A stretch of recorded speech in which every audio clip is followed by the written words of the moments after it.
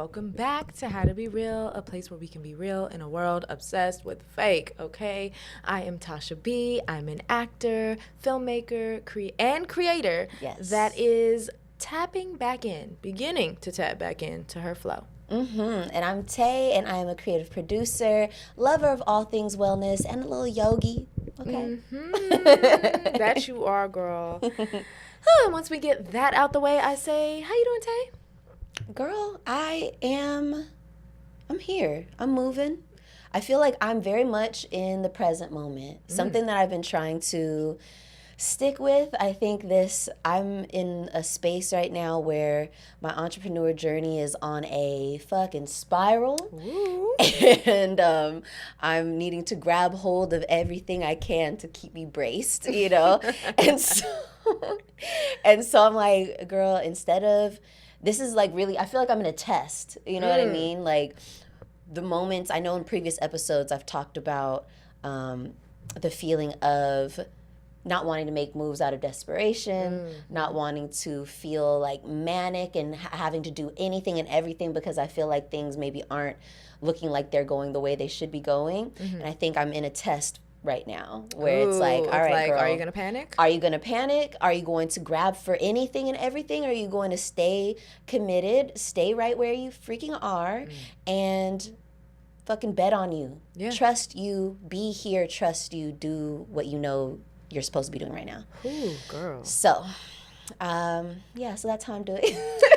That's good. Yeah, I feel like I've been in that, like, same kind of, like, at least feeling like I'm in some type of test of that same thing that you just mentioned of, like, okay, are you really betting on you? When it starts to feel scary, when it starts to be like, okay, this is not ideal, are we still, it's not easy to keep betting on you right now. It feels risky. But are you going to keep going? And I feel like I've been there. And I'm like, okay. And now I've gotten to the point where I'm like, I'm ready for some radical change. Like, I'm ready for the table to flip over. And maybe there's a new table. Maybe this table gets ripped to shreds and I got to figure out how to piece it back together and have a mosaic table. Okay, I'm ready for all of that. I think I'm ready to do the work. And I'm ready for just, like, I guess, like in our pregame, I was saying, like, risky. Life is risky right now. It feels risky. And before, I was so risk averse. I would feel like, oh, I don't think I'm gonna And I feel like, play safe, cautious. like, oh, better safe than sorry kind of energy. And now I'm like, well, nothing's safe. Nothing really feels safe. It's all change. Everywhere I look, there's change. So I'm like, okay, well, I'm ready for me to change. I'm ready for it to come from in here. Might as well lean in. Yeah, might as well lean in and just be like, look, I guess that's the season. The season is, girl. Literally, though. We're in fall. The false self must die. Okay. As the great Willow Smith will say. Cheers to that. Yes. Shout out to you, Willow girl. Oh, and then also shout out to Trader Joe's chai. I mean, we're talking about all this change. They have not changed. They stay so consistent with this flavor formula that they have. Robust. For years, this chai has gotten me through some really tough, really crazy times. It's like a cup of home, and I absolutely love it. So shout out to Trader Joe's chai. Shout out to you, TJ. Really the best store-bought that I've found. Yeah, no, I keep a box on me. I keep that thing on me. Same, and it's for them days. The days where, and it's cool because it's like days where it's like, oh my gosh, yay, I'm so excited for today. I'm going to have some chai. Yep. And then some days we're like, oof, today I'm going to have a chai. It was a day. Let I need me, some Trader Joe's chai. Right? And then everything in between. It's really cool. I love putting people on. They're like, this is actually pretty good. You're like, actually, it is. Trader Joe's chai, hazelnut creamer, match made in heaven. Beautiful combo. Just like us. Okay. And that will transition us to our three realists. And this week's three realists is a little lighter. It's basically the three realist shows or movies that we are watching really recently. Yes. So, Tay, why don't you go first? All right. What you watching, girl? Okay, so first on my list is How to Die Alone. Love that show. The Tasha Rothwell's new show on Hulu. You're watching it? Yes. Girl, I'm like, She's hilarious. she's so really hella funny. I'm so glad that she got a show that was Me too. like her own. At first, I was thinking, oh, maybe she'll get like a spinoff from Insecure. Yeah. But even that would have been cool. She was she was like one of my favorite characters. Like besides Issa, Kelly's I think Preguntas. Kelly's Preguntas. She was just funny, and to know that a lot of her scenes were improv, her little jokes. Yes. And that she was also a writer on the show. Yep. Insecure. So she's got a mind. She does. Of course, it's only right that she would have her own show. Literally. And it's good. It's so good. If you're not watching it, just it's an easy watch. It's not nothing too crazy. And what's interesting is that she definitely put her personality into it. Yeah. And also the character somewhat reminds me of Kelly, but in a completely different way. Yeah, you're right. You know, sometimes, you know, we all see those shows where it's like that person is the exact same character in every single thing they play. Yeah.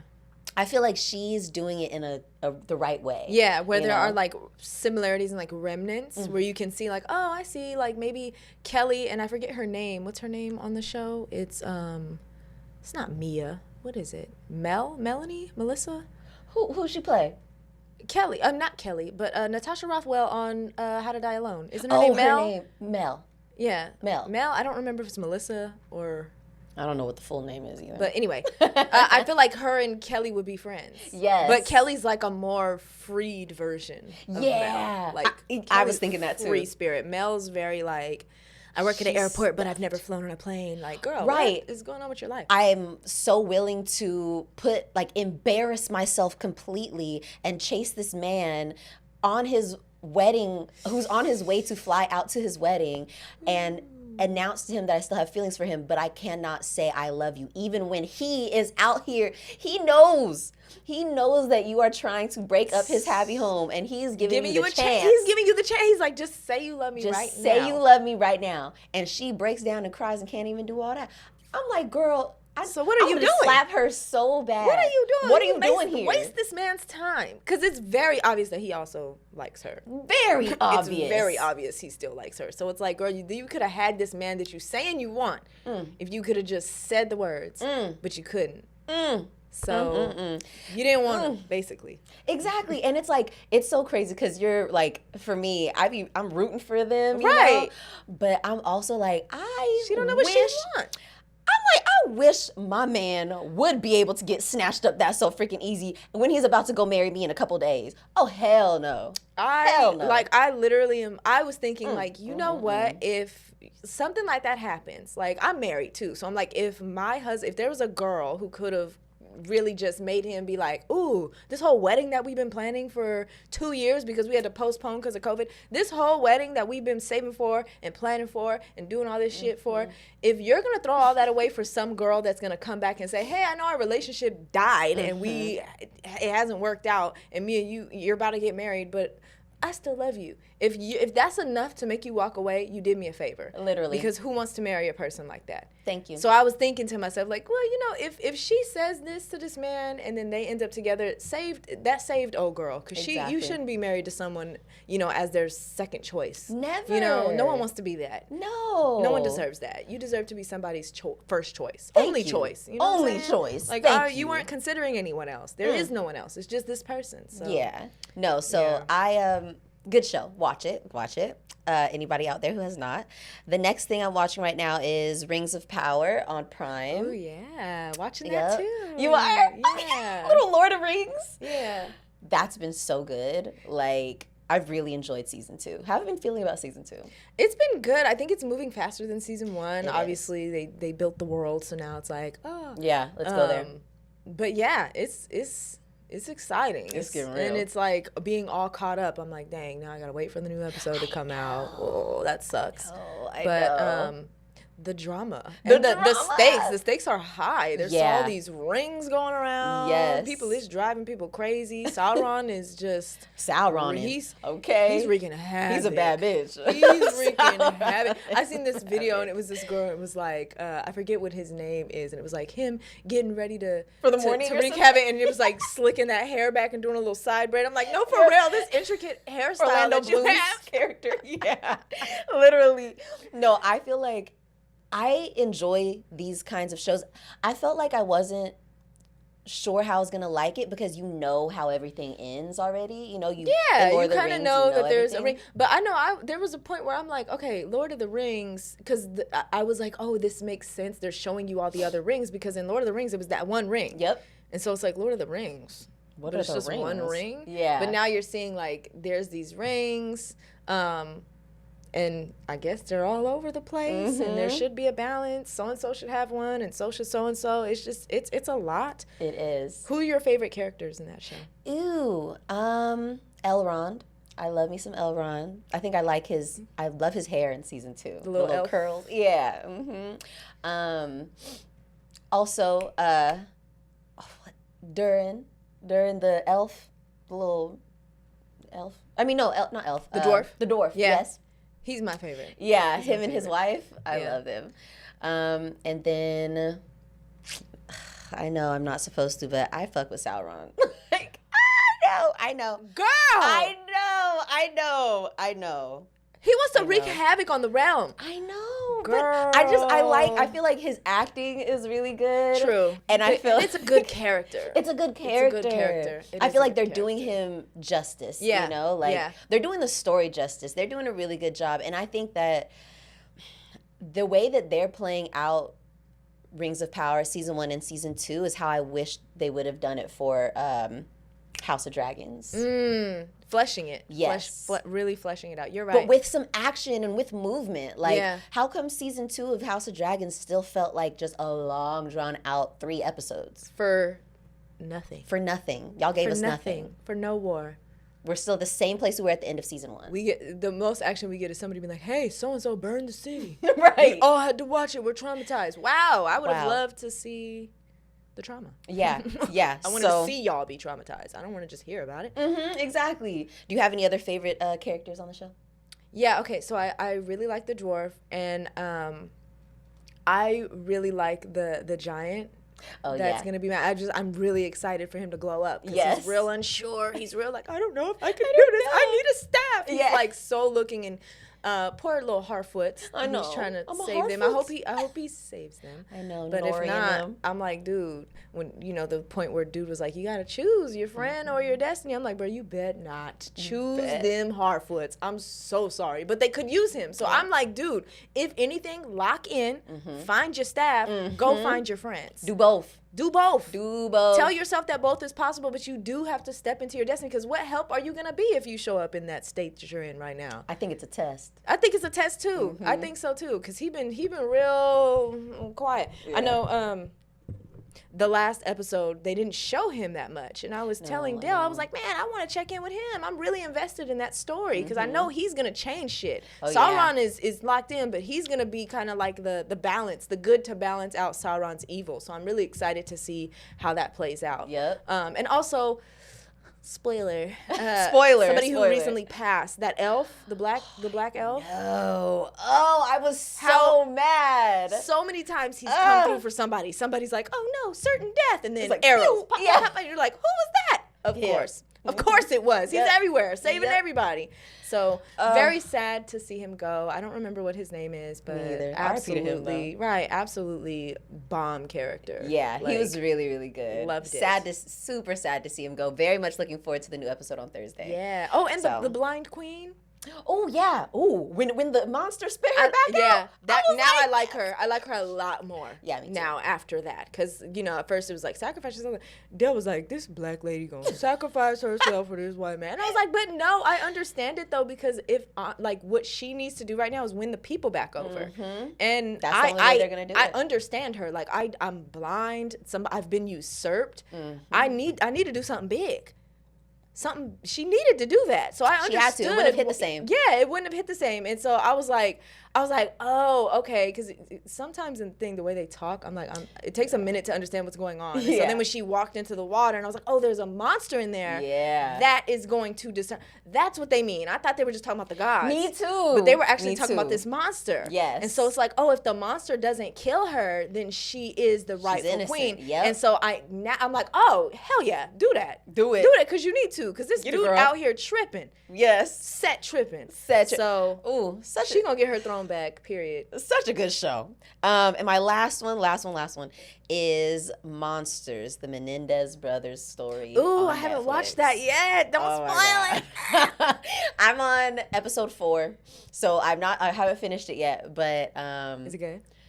It's crazy. But I will say, they are acting their asses off, honey. They got the cast looks great, and the clips that I have seen, I'm like, oh, I want to see this. Yeah, there's it's a clip disturbing. where someone rips off the The dude's wig, and I was like, why would she do that to Yo. her son at the dinner table like that? So I'm really excited to like see what leads to this.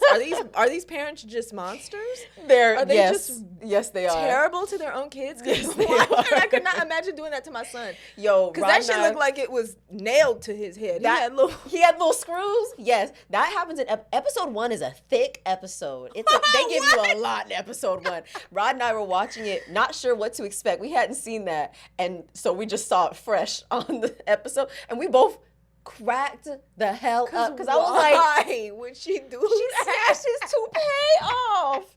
Damn, I'm a hypocrite. First of all, how does him wearing a wig to up his confidence make him a hypocrite? Right. Shut up. That was totally. I was like, what is the context of this? Because anybody who, does what they can to make themselves feel better about something that they perceive as a flaw, that does not make you a hypocrite. That just makes you a person that wants to have hair. Say and that. I ain't mad at him for that. And the coldest part no is, one would have known if you wouldn't have did that. Thank you. And the coldest part is the dad makes him wear it. Oh. Yeah. So, sorry, mini spoiler. But yeah, the dad. See? So the parents are monsters. The parents are fucking terrible. But anyways, it's crazy freaking story. I was not really up on the Menendez brothers story before, so I didn't really know what to expect. Yeah. Of course, I had seen the trailer on Netflix and was like, ooh, shit. Damn, why'd they kill their parents? It's intense. It's intense. So definitely, if you can handle like gore and like psychological manipulation and all that. Abuse. Yeah, abuse. Oh, big abuse. It's a giant trigger warning. But if you're into that kind of thing, it's pretty good. Not if you're into that kind of thing. I'm weak. It's pretty good. Okay. What are your 3 realest shows that you're watching right now? Ooh, okay. I'm glad that none of us, even though I am watching 2 out of your 3, I'm glad that none of ours overlapped. Yeah. So there's this show I'm watching called From. Ooh, And haven't heard it's that one. a show basically about people that are stranded, right? At the beginning of a show, they show this family and they're like on a road trip. And then all of a sudden, they come through this weird town, and the energy, they're like, well, what is this town? What the heck is that? And then they are like, oh, we must be lost. And, but first there's a tree down of where they're supposed to go, so it makes them take a detour. Like, oh, let's go around. We got to go over here. I don't like it so already. then they end up in this town, and it looks weird and run down and kind of like just different, right?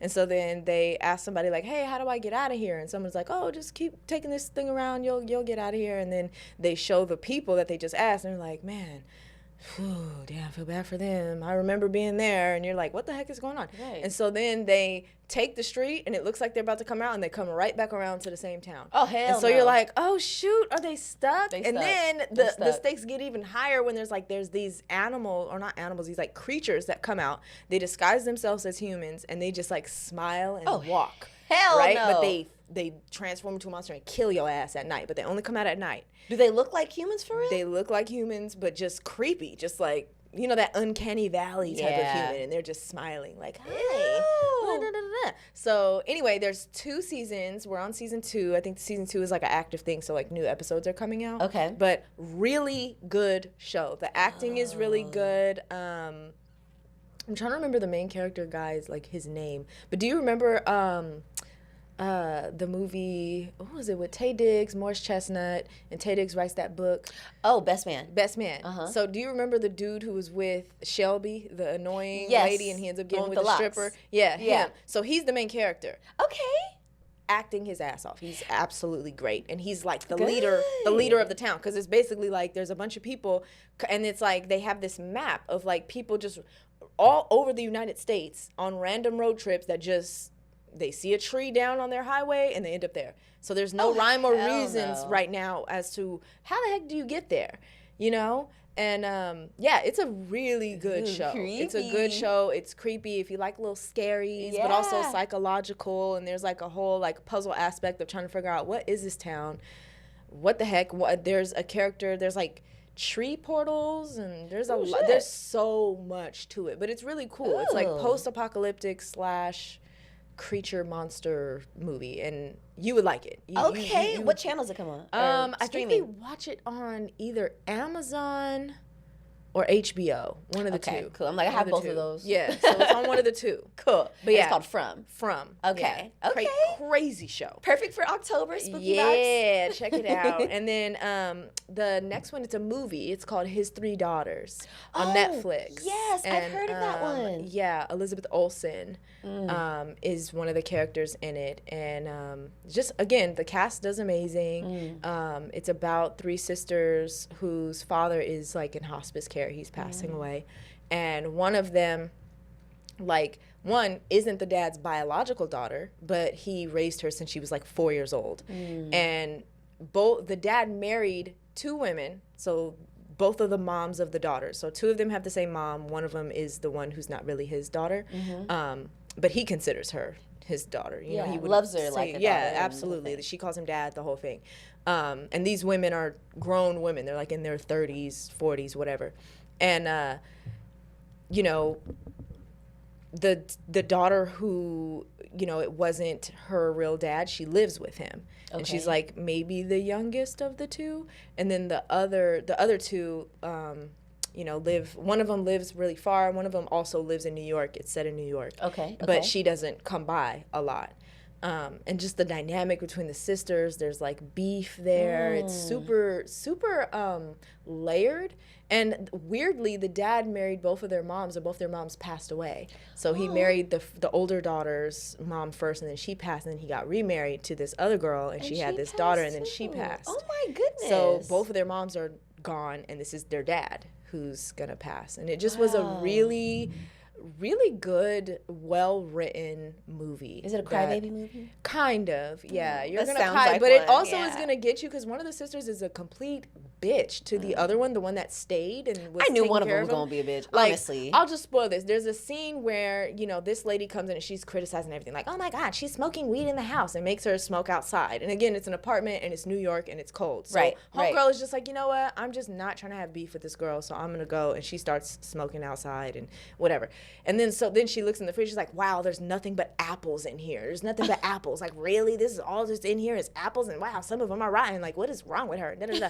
And then you find out later from someone else who gets mad at this lady, like, stop being mean to her. Like, man, you weren't here. You weren't here when all your dad would eat was apples. She was buying apples and cutting them up for him. And then it was like a slap in the face of her, like, girl, you don't know what's going on. Exactly. Those apples weren't even for her. Those apples were for your dad, who wouldn't eat anything but apples. So of course she bought 30,000 apples because she wanted to make sure her dad eats. If he was here, you would have known that. You would have known that. And you live down the street. Judgy old asshole. You live down the street. Why didn't you come? Well, I'm here taking care of dad, and now you want to come in here and act like I ain't shit. Right. Like, so anyway, you rule everything. Yeah, that lady had me upset. I was like, you know what? I don't like people like this. Like, she was being so mean, and then the other girl wasn't standing up for herself. So you're just like, girl, speak up. Yeah, because now you're like, you're straight up bullying at this point. Yes, she was absolutely bullying her to the point. Elizabeth Olsen's character is really cool because she's like the new mom. She's like a 3-year-old, so she's always talking about her 3-year-old, and she's just giving like, Wanda?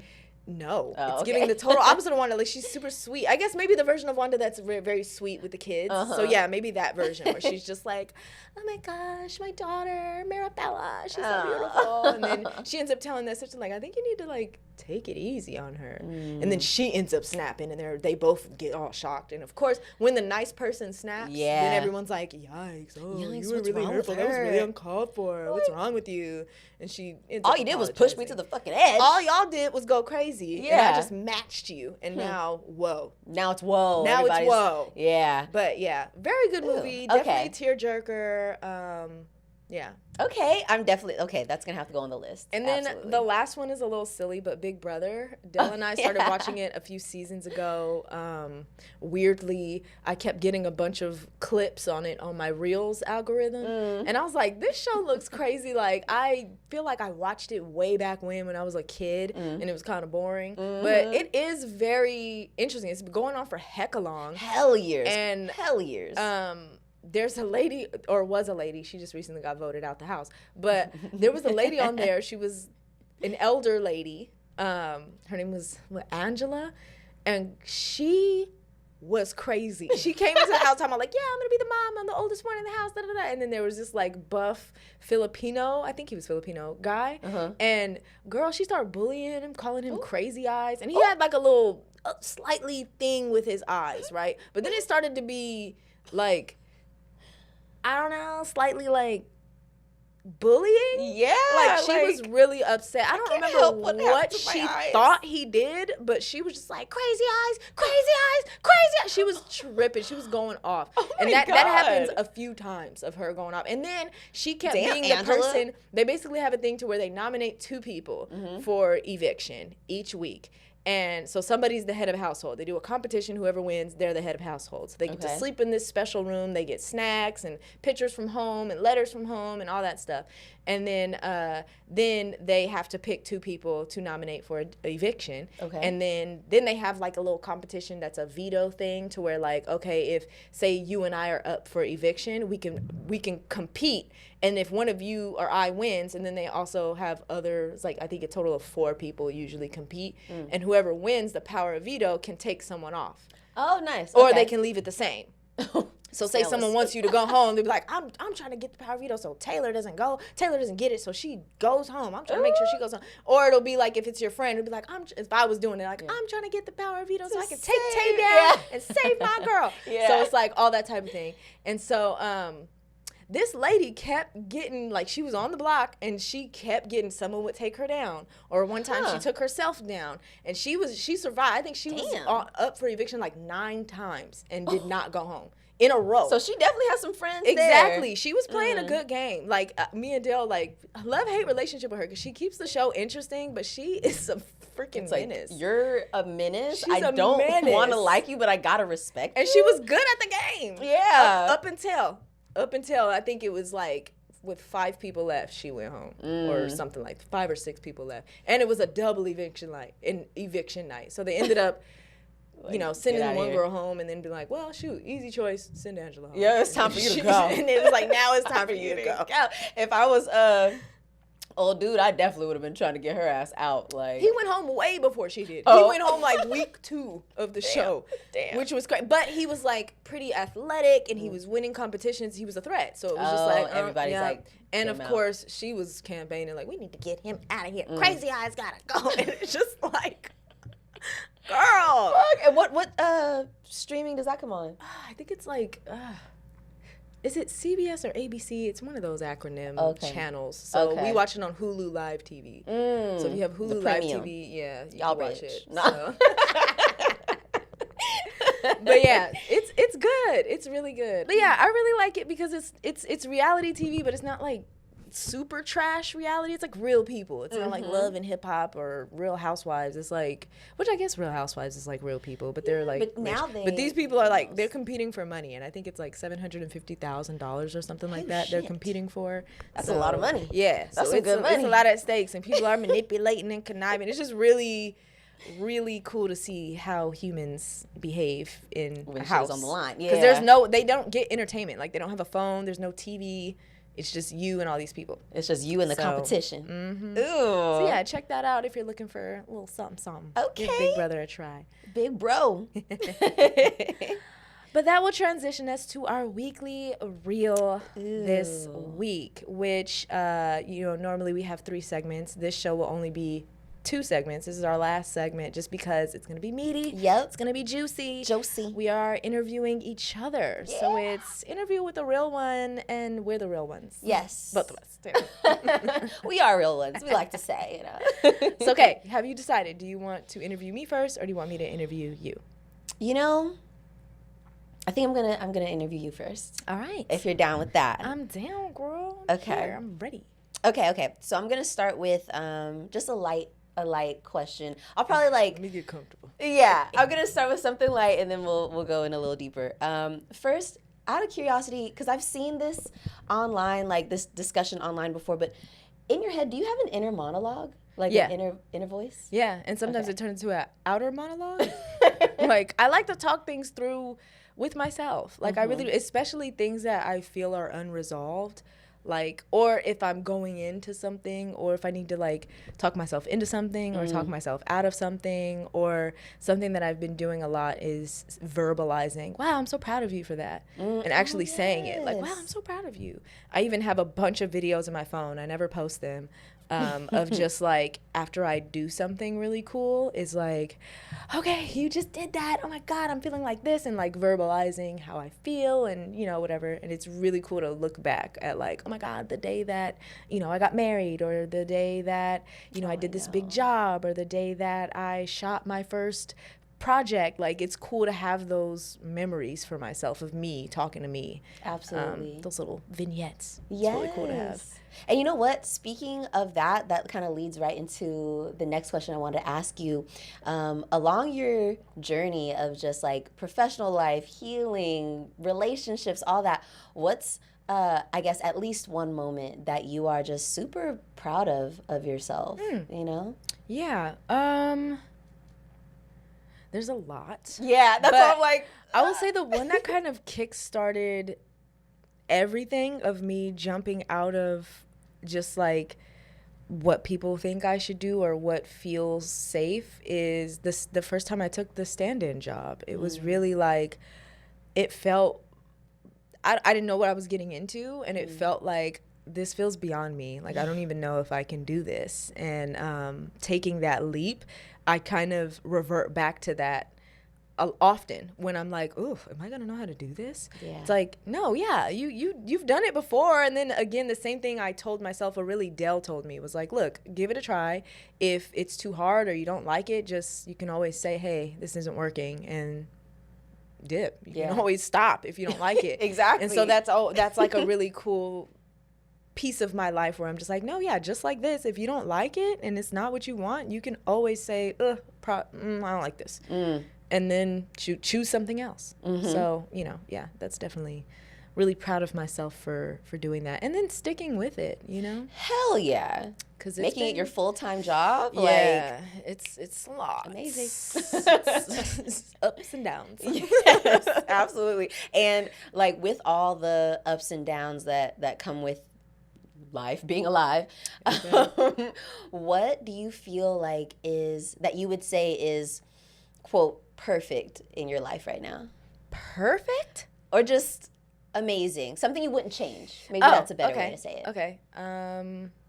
I would say something that I wouldn't change is my morning routine. Ooh, it's, okay. Something that even on my worst days, I start my day off really good. And that was important for me because I'm not a morning person. And for a lot of my life, I said things like, oh, I hate mornings, or, oh, I hate waking up in the morning. And then it took me some time to like really examine that. Like, well, why? Why do you hate waking up in the morning? And what can we do to kind of take some time for yourself? And it was doing the stand-in work, because it was like, okay, you do it.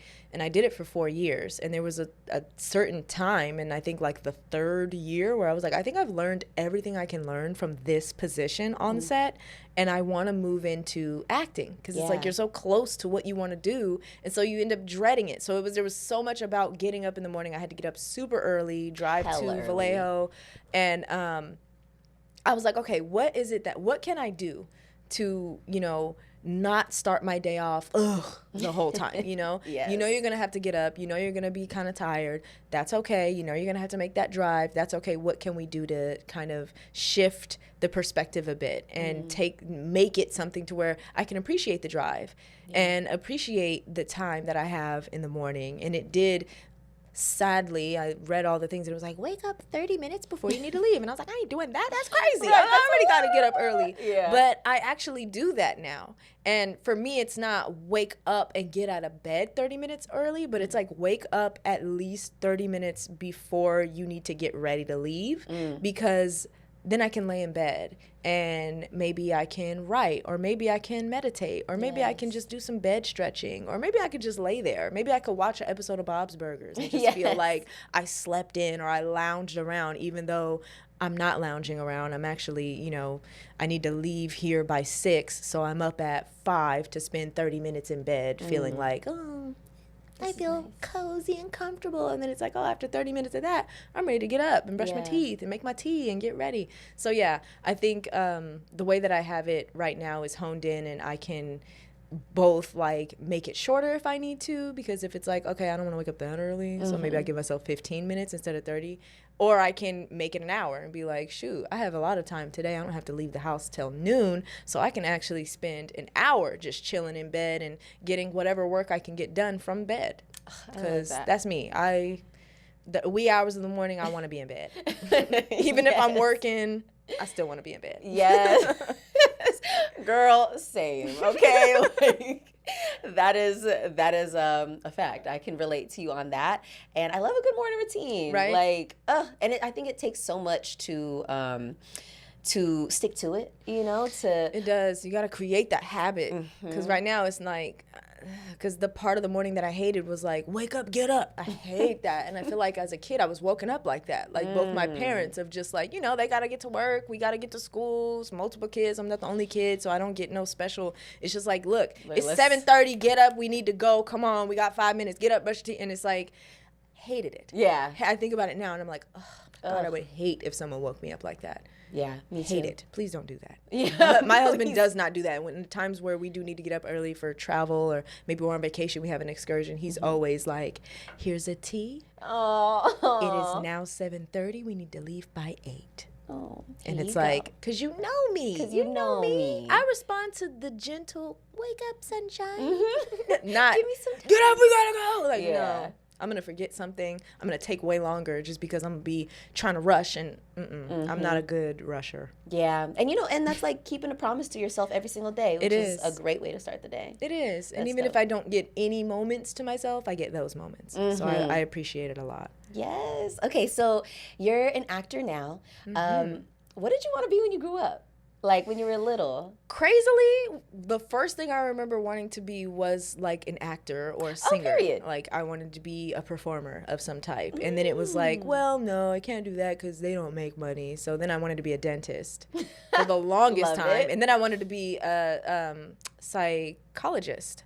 I wanted to be a therapist. And then I was like, that takes way too much school. Then I wanted to be a journalist. And that was like what I actually ended up going to community college for. That was like my major of like, oh, I'm going to major in journalism and communications. Shut up, Tosh. Yeah. And so like, it's crazy to see that, you know, obviously I'm not a dentist, but I am a performer and I am, you know, an armchair therapist. Yes. And Yup. And I am, you know, I do have, we do have a show. We do have a talk show. Because for me, that was my thing. Like, oh, if I'm gonna have a talk show, what do I need to do? I need to be a journalist. I need to be able to communicate with people and study that. And I feel like I've just kind of created the avenue myself and said, look, we're gonna do what we can with what we got, and we're gonna make it happen. Period. I was just gonna say, I feel like every single piece that you just mentioned, some of that is incorporated into your life in one way or another. Like, even with Dennis, you have great teeth. Oh, well, and I feel like you take very good care of your teeth. Like, I know that there have been times where, like, we've had conversations like, yeah, I'm doing this with, like, I've started incorporating this with my, like, brushing routine and all this. And I'm like, yeah, or, like, there's these certain things that I stick with when it comes to my oral care. And I'm like, see, dentist at heart. Yeah, you know, I have an appreciation for it, okay?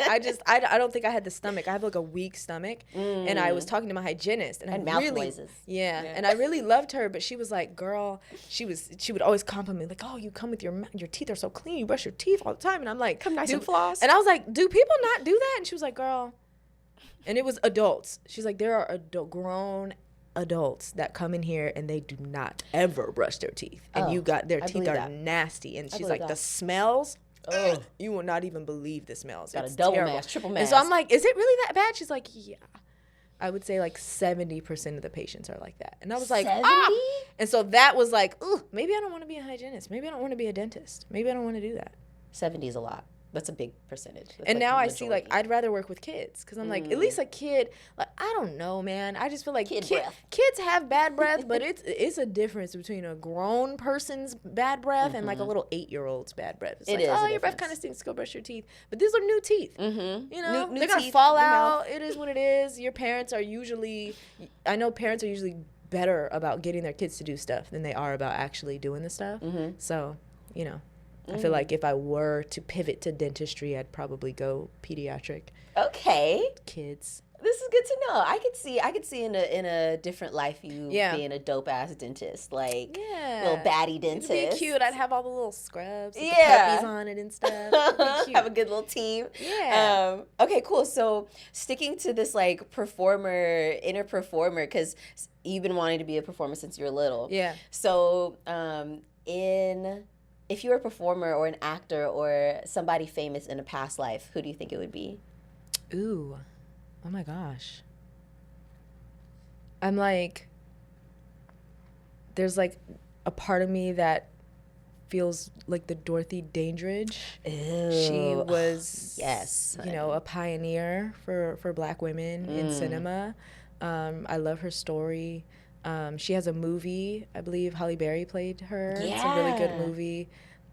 So yeah, maybe someone like her. Okay. You know, just somebody out here paving the way for everyone, you know. And I don't think there's a lot of people who know too much about her. Like the real ones know.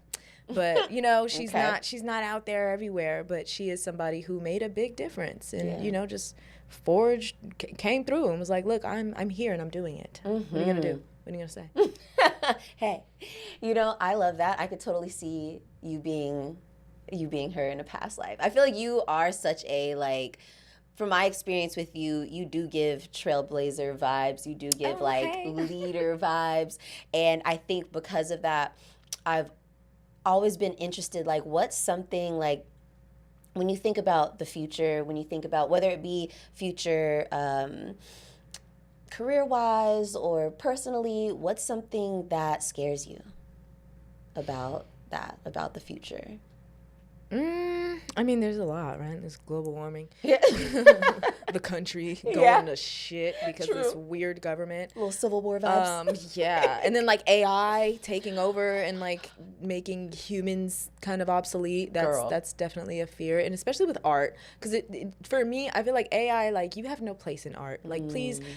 And especially it's like, AI art, we need another word for that because it's not art. No. Art is, there's a definition for it, and it's human expression. That's ultimately what art is. And it's like there's different mediums for us to do that, but it's ultimately human expression. And I'm going to be honest, I don't want to see a picture taken by AI or created by AI. I don't want to hear, a song created with AI. I don't want to do that. That's not going to speak to my soul. I want to hear a person's perspective. I want to hear, a little bit of the human experience through this person. That's what art is to me. I don't know. Yeah. The AI stuff that's not art, honey. It's something else, and it can be cool, but it's not art. Yeah, that video that you sent me a couple days ago with Jennifer Aniston and Nicole Kidman, and how that video got like 500,000 views or something, and it was totally AI fake. Totally fake. It was like a real video that they took a script and did the best. Because it's like the first time you watch it, you're like, oh, what is Jennifer Aniston talking about? What is she talking about? Fat and losing fat, and this is how her body doesn't retain. Like, what the hell is she talking about? And then the dude is like, yeah, that's so scary that people can do this. And I went and found the real clip, and she's talking about something completely different. Like her personal life and acting, like she's not talking about fat or her body at all. And so then you watch the clip again, and you're like, oh, the mouth is like ever so slightly off, and it looked like her chin was a little bigger, ever so slightly. Yeah, it's like you really have to pay attention, and when somebody points it out, you're like, oh my god, yeah, that is not real. But so many people aren't going to pay that much attention, and they're not going to catch it. So. Scary. Yeah. Definitely scary. A little crazy. Okay, switching gears a little bit. So I feel like I have an idea, but I would love to, and I probably have asked you this before, but I could not for the life of me really pinpoint it down. What are your love languages? Or what's your love language? I know I took the little test. Dell and I both took it, and mine were all pretty much even. It was like there was like one that was slightly more than all of them, and the one that was slightly more than all of them, I think, was words of affirmation. Ooh. But not. It was like maybe 2% more. Okay. It was like they were all. Like Dell was like, point. "That's frustrating," because like all of them. And I'm like, that shouldn't be frustrating because I really I like all of them. For me, I think what's not really expressed in love language is, for me, consideration is a huge, like, when people consider me, maybe it's like, I don't know, I told you a random thing about myself that I want to work on, like, oh, I want to work on, I don't know, going to sleep earlier, and it's like a random thing I say to you, and then later on you're like, hey, have you been going to sleep earlier? For me, that's like, oh my God, she considered my little random tidbit that I told her about myself. She remembered, and she considered, and she cares enough to ask. Yes. Like that type of stuff. You sending me, Tay sent me this little mug because life has been life. Yeah. And so she sent this to me, just really thoughtful, and I was like, that type of thing where it's like, it's not really so much about this. Yeah. It's really just the fact that you considered me enough to take time out of your day and money out of your account to do something nice for me. And it just really feels like, oh my God, I love that. I feel the consideration. It makes me feel like, I love being considered. Yes. Or I've had times where, even people that I haven't really met, like they know Dell and they're like, hey, we're inviting Dell and his wife to come eat. And, of course, Dell's going to tell them, oh, she's a pescatarian. She doesn't eat meat. And I'll show up and they'll be like, hey, so we knew that you don't eat meat. So we went ahead and made you a salmon burger instead of, these burgers we're eating. And it's just like, oh, you guys considered me. Because it's like you hella did not have to do that. Like you could have just been like, oh, sorry, we're having burgers. And I wouldn't have been upset. It just been like, oh, well, I had a protein shake before I came. So I'll eat the sides. Do you have a drink? And I'll make the best of it. Like I don't walk in with that expectation. And so for me, it's like, how considerate of you. And I really appreciate that. Like consideration is huge for me. Okay. I feel like I was on point. I was going to say acts of service.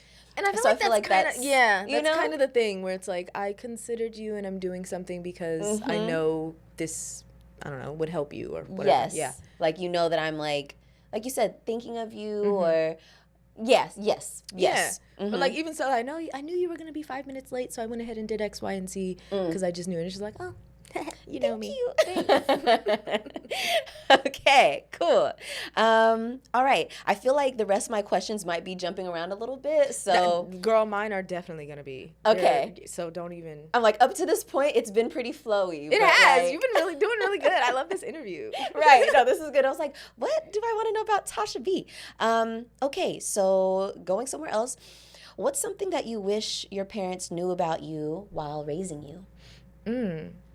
There's a lot. What do I feel like saying? Yeah. I think, I guess I just wish my parents would have taken the time to maybe pay more attention to me.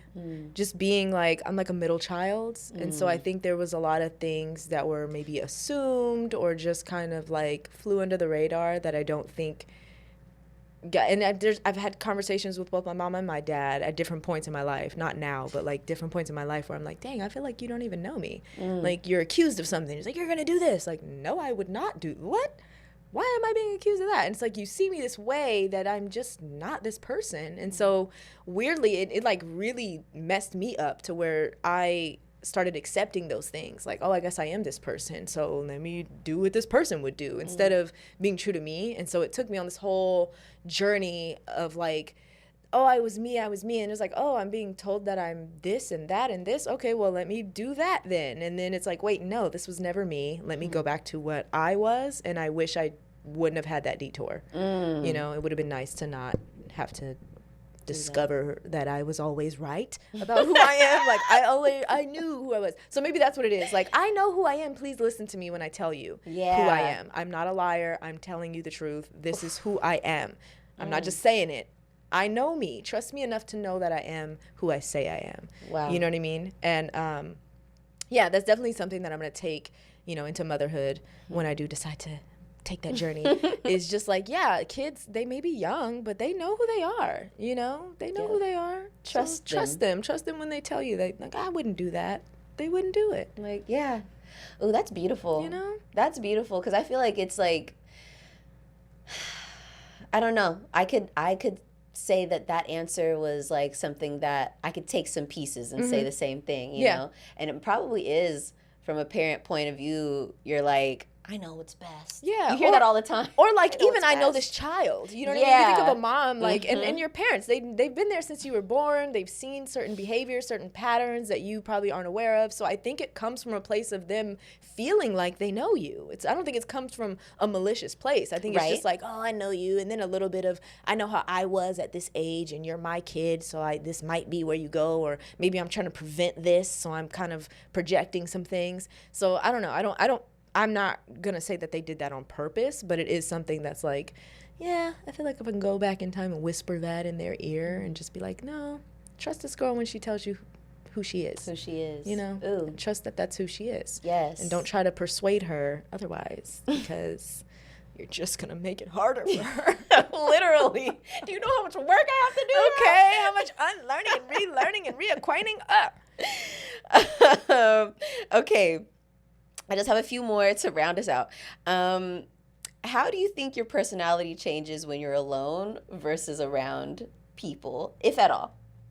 I wouldn't say my personality changes, but I will say, depending on who I'm around and my comfort level, it's maybe like the volume's turned down a little bit. Like, I'm definitely on 100 when I'm by myself.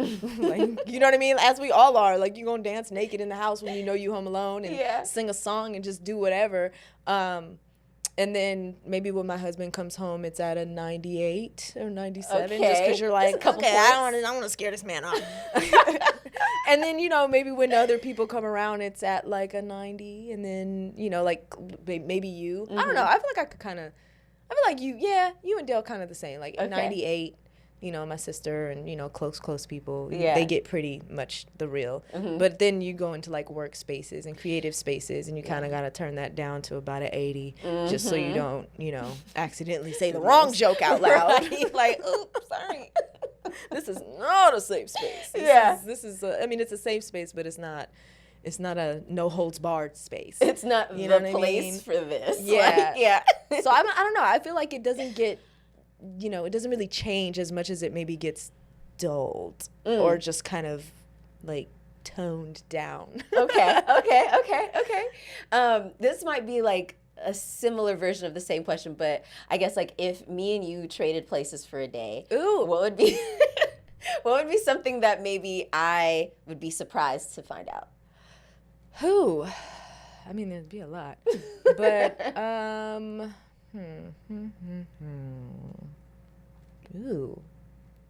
I think you'd be surprised to find out, you know, how much kind of invisible work there is, like work without working, and I guess, or work without really anything to show for it. Like, as an actor, there's so much that we do that's like, you know, there's really nothing to show for it, you know, and it's weird because it's like people ask you certain things, and, you know, wins for an actor are not like they're not going to unless it's somebody that kind of lives that and understands that, they're not going to know that that's a win. You know, you're like, oh yeah, I did this audition and I got a call back. I didn't book the job, but I got a call back. Whereas in the acting, we're like, oh my God, yeah, that's dope. Like, that's definitely a win. Whereas some people might be like, okay, well, but you didn't get the job, so how is that a win? Right. But, you know, just understanding the nuances. So I think you'd be surprised at how much actual work is behind, and that goes into before you actually even get to set,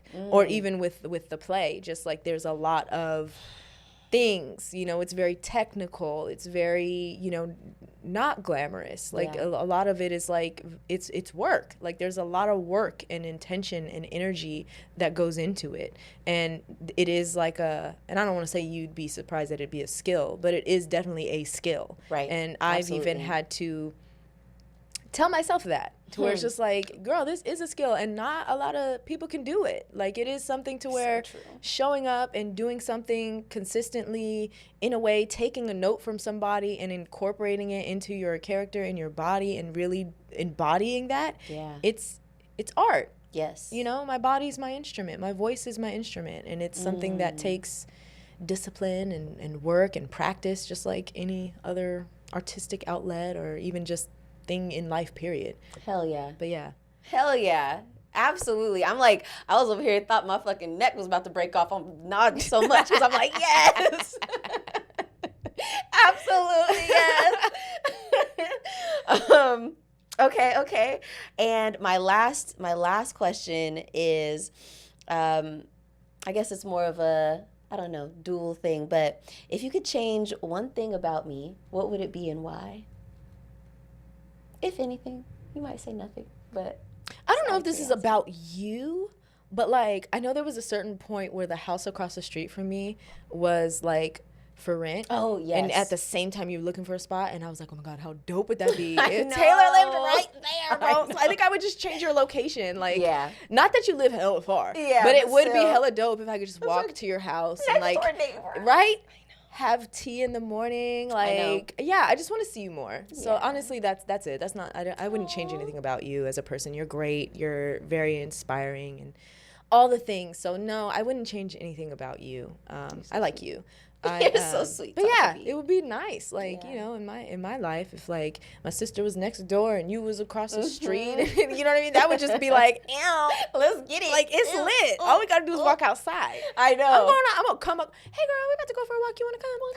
It would just be so awesome to just be in each other's lives more. So yeah, that's it. I agree. Would love to see you more, friend. Make a heart with me.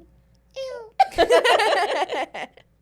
That was so good getting to know more of you. Yeah. Like, it's so interesting. Like, when I was putting some of these questions together, it was really challenging because I was like, man, I know so much about Tosh, but at the same time, I'm like, I guess some of the things that you would think would automatically be just weren't. So. And it's weird because it's like we talk a lot. Yeah. We ask each other questions a lot, but it's also like, same. I was looking and I was like, how have I never asked her this before? Yeah. How do I not know this? Maybe I do know this. Maybe she's gonna be like, girl, you asked me that the other day and I told you, you know, maybe. But it's, like you said, it's very interesting that, like, you know, two people that know a great deal about each other. Just interesting to share these things with you as well too. But yeah, another thing that I thought about if we switch lives, and you'd be surprised to know this, is I'm a lot more emotional than I come about, I think. I was talking to my therapist and I was like, I feel like people don't see me, like when I'm sad and really need somebody, I feel like people don't see me. And she was like, well, why do you think that is? Do you think that, she was like, I think they see you, but I think a lot of people, you've told me that a lot of people see you as strong. And I get that a lot from some of the closest people to me. Like, oh yeah, you were going through that, but you know, I know you're strong. So, and I'm like, okay, I'm strong, but I'm also like, I have weaker points and I'm not always strong. And I mean, and you know, even strong people, like the strongest people, it's like, what does it take to be strong? To have to go through tough ass moments and then really have no choice but to be like, let me get the frick up, dust myself off, and go through. So I think that would be something where you're just like, dang, this girl is like a little jelly belly, you know? So I think that would surprise you. I think that would surprise anybody to really see it really, you know, what I tend to just like, let me go hibernate real quick, be soft and jelly, and then when I get my hard shell, then I can come back and be like, hey, I'm okay. Oh, yeah. So, yeah, I think that would surprise you. Yeah. Oh, I love that. Yeah. Okay, my little jelly belly friend. All right, Tay. Now you're the real one in the hot seat. Don't be nervous. We're friends. This is a safe space. Okay. Starting off light, what led you to yoga training this year? And then follow-up question to that would be, what did you learn about yourself along your journey? Ooh, that's a good one. What led me to yoga training this year?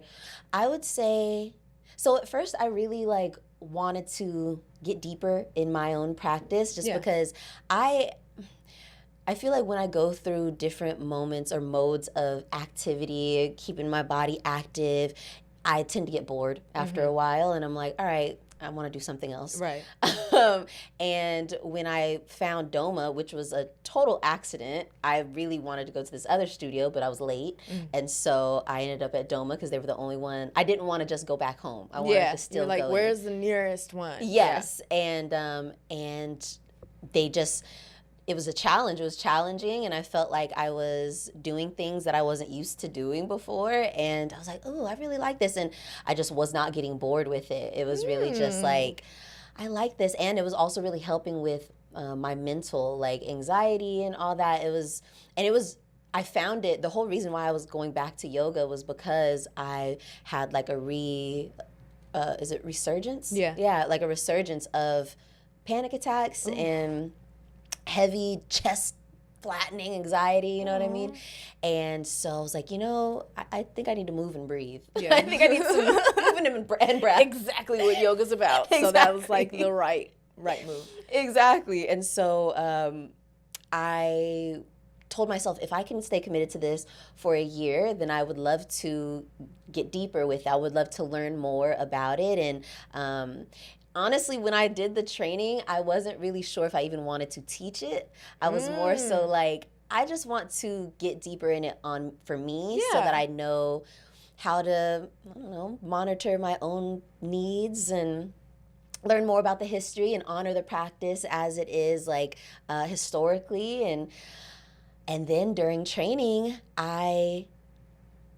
it spoke to me in a different level, because I already love helping people, I'm definitely a recovering people pleaser. And so I think that, and I feel like a lot of the people who I've attracted into my life have come from, in the past, had come from these really tough areas. And I felt like come and I can help you. I can fix nurture you back to health, And so I think that kind of was like, that's an opportunity for me to do that in a healthy way.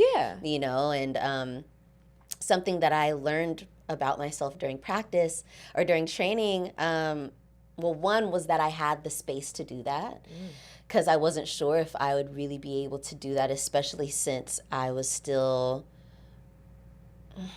coming to my own mat to take care of what I needed, you know? Like, dang, do I even have the space to provide this for others? Right. Because when I get in this room and I instruct and guide people through this practice, it's not about me, it's about them. I got to get out of my shit, my scary ego, like, what if I mess up a word? What if I mess up a move? Girl, it's not about you. Right. It's about this. You're human. You might mess up a word. You might mess up left and right. That's fine. But get back to it and get them through this, you know? That.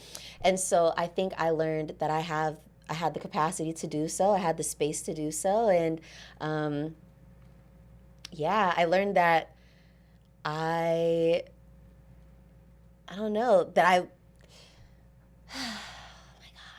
I learned so much about me. I think I also really learned that I could take some of the things that I knew I was good at, like public speaking. I feel like I've always been a fairly strong public speaker, and mixing it in with something that brought me healing, so, and I wasn't really sure how I would be able to do that. I also learned a lot about what it means to instruct and to be a yoga teacher. It's not just about coming in, saying the words and doing a workout and leaving. For some it might be. Right. But for the way that I was trained, it's a lot more about, like I was mentioning, holding that space, putting yourself on the back burner to help provide this space for others to work through their anxiety, work through their depression, work through their body aches and their pains, and leave it on the mat and let them know that if at any point in time you need to remember who the hell you are, this mat is always here for you. This space is always here for you. Love that.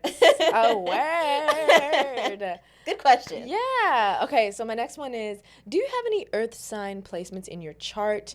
Because what draws you to earth signs as friends? Because you have a lot of earth signs around you in your lives. So yeah, first question. Are there any earth sign placements in your chart?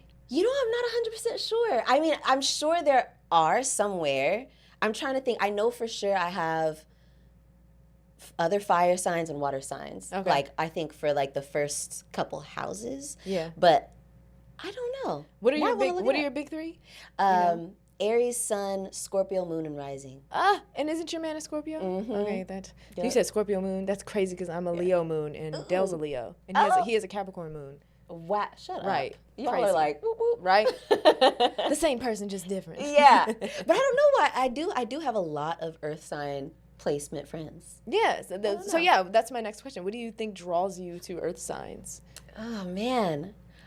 I think I don't. Ooh, this is good. I'm not sure. I think it might be because like a lot of my earth sign friends are they typically are pretty grounded, like um kind of like realists, Yeah. optimists for sure, but also very much in the reality of things. Yeah. And I think for me, I tend to get up in the what could be, what might be, And I think my friends are like, okay, but this is what is, Okay, because let's just go off the facts. let's go off of what's happening. Yeah, what's here on the ground Mm-hmm. with us. Yes, As we are on the ground. mm-hmm, exactly. And I think because I tend to have like impulsive behavior and can make impulsive decisions, my other earth sign friends are like, maybe let's touch our feet to some grass real quick and like think about this, because yes, fun choice, love it, sounds cool, but what about tomorrow? Like how do you think you're gonna feel about that later? Just curious. Because yes, I will go with you, like, and I'll watch you make this decision. I'm sure it'll be a good time. But like, I just want you to know, don't say I didn't tell you. Okay. So I don't know. I think that like, just help keep me grounded, and I think also, I don't know if it's just my group of people, but having a good time. Like, good time. They know how to go deep. They know how to keep it light. Like, I'm like, I don't know if that's just the personality or if that really is an aspect of earth signs, but good ass people. Just dope ass people. And I think I like the combination of earth and air sign, specifically Aries. Like, I've had a lot of Aries friends. Yeah. I always get along really well with Aries. It's like, I don't know. It's like a good mix of like, I'm gonna keep you grounded, and you're gonna like get me off the ground and be like, girl, but look at the possibilities, and you're like, oh my god, actually, we actually maybe could do that. Yes, let's actually combine forces and make that a reality. And it's crazy that like we've been able to do that on multiple projects or events or the podcast. Hey, how to be real. So that's awesome. So this is a question that I may have asked you, but maybe I haven't very directly like this. Okay. When you think about your dream life, what do you see? Ooh, my dream life. I don't work in my dream life.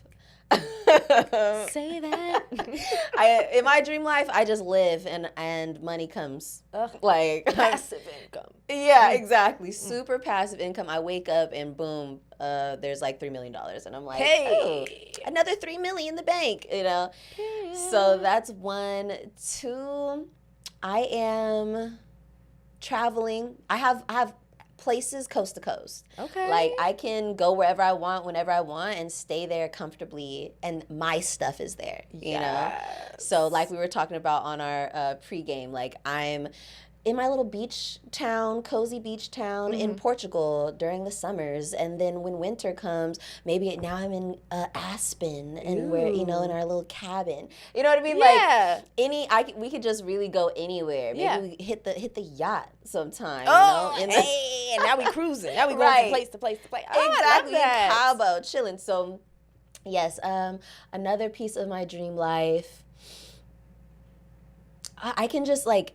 Anybody with any issues or whatever, if money is an issue, it's done. Like, if we're cool and money is an issue, it's not an issue for you anymore because I got you. Like, I don't want any of my closest people to have money as a boundary to what they want to do. Now, I don't want to be a sugar mama. Right. I don't want anybody taking advantage of me, but I'm like, if I can tell that, like, this thing, like, I know you're responsible, I know that you're not about to like bleed me dry, like, then absolutely I want to make sure that like you're taken care of, like starting with Deanna, my mother, of course, like, but yeah, definitely want to make sure that there's no big worries around me, this is so funny, but I want to have parties. Okay, girl.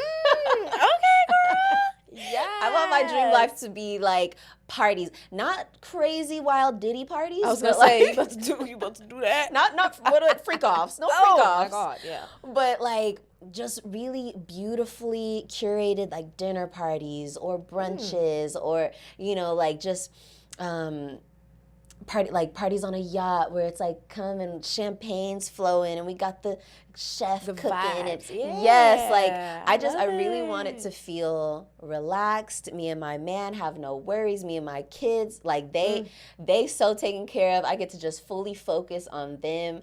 I already told Rod, I was like, whenever we have kids, like I do not plan on working for at least the first year. Yeah. Okay. Same. Or 2. Right. Ideally 5, but you know, I can't push Ideally it too never far. again. No. Right, exactly. Ideally never again. But so yeah, my dream life absolutely consists of that. And if I'm in my dream life, I'm not working, so that's not an issue. Okay. I love it. I love that. And I love that you got to actually speak some life into that. Yes. That's what we on the way. We are on the way, We are honey. on the way. My next question is, you're a very strong yet gentle woman. And, you know, I'm curious, which of those came more naturally to you? And which one of those do you feel like you had to kind of cultivate within yourself? Ooh. Wow, that's so crazy. I was just having a somewhat of a similar conversation with my mom just last night. I think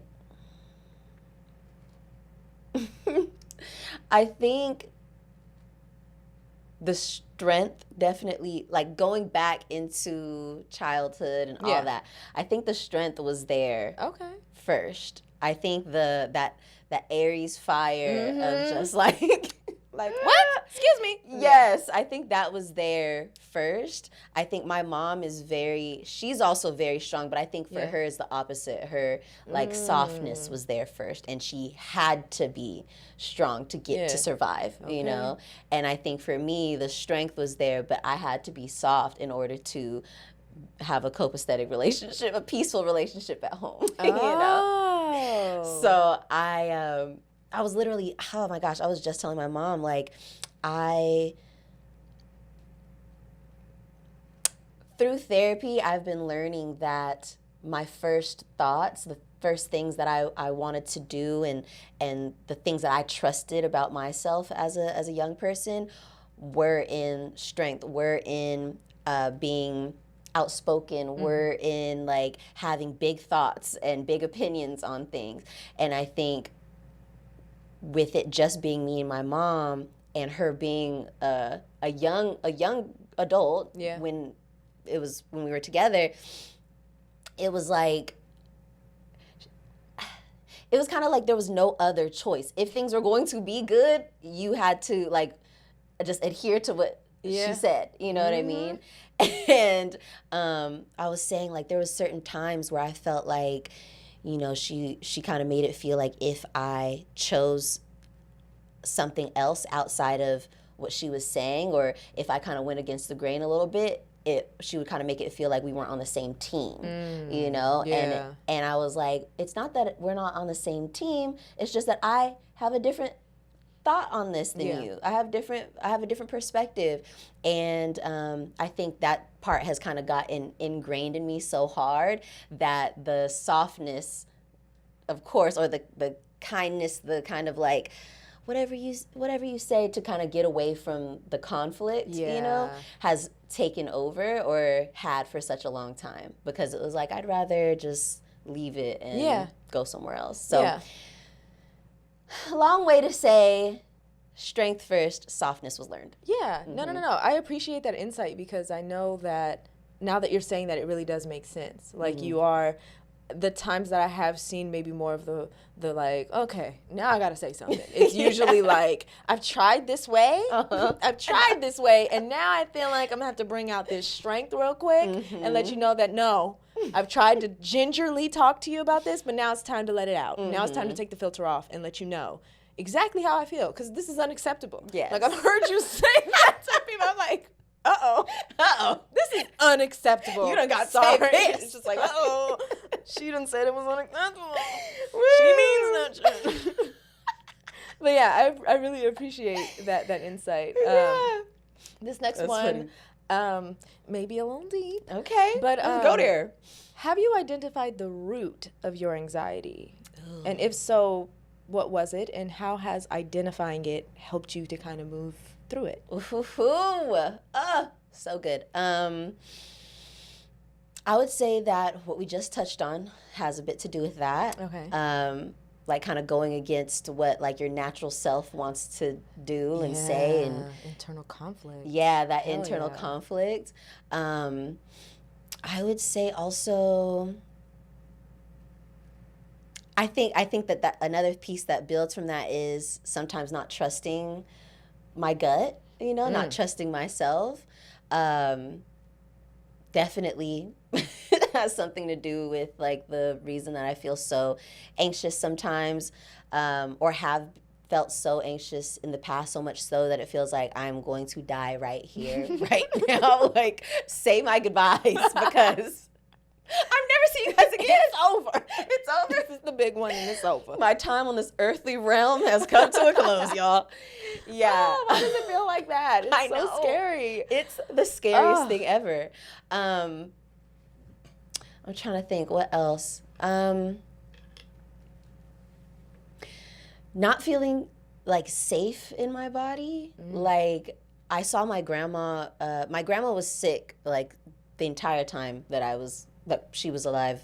We were alive together, and I think, we had a really close relationship. Yeah. And I think seeing her be so sick all the time, and also feel she was sick all the time, but she also kind of prepared me for her death for a long time too, because she had her liver was bad, so she had to get a liver transplant, and then and she was on the waiting list, and she almost didn't make it by the time that her name was called, and that's also crazy because you have to wait for somebody to pass away in order to get it, and so it's a whole thing. And then her body, after she got the transplant, her body rejected it, like kept rejecting it. And so she had to take all these pills, handfuls of pills, for the rest of her life, so that basically trying to tell her body not to reject it. Yeah. And so we would make little games out of taking her pills. So she'd let me line the pills up on her tongue, and she could take all of them all at once. When I say it was a handful of pills, so many pills. Oh like, my God. And so I think, and she would always tell me, about ways that, she would maybe communicate with me after she passed, or, just trying to prepare me. And probably herself. And as herself. Well. Yeah. But my grandma, she kind of wanted to go, you know what I mean? Like, she straight up told me at one point in time, which I just recently remembered, that she fought so hard to stay alive for me, for me and my cousin. And if it wasn't for us, she would have been checked the hell out. Oh my God. Yeah. So I think that anxiety around like health stuff, has always been very present since then, and even sometimes to a point where it's maybe a little hypochondriac maybe a little bit.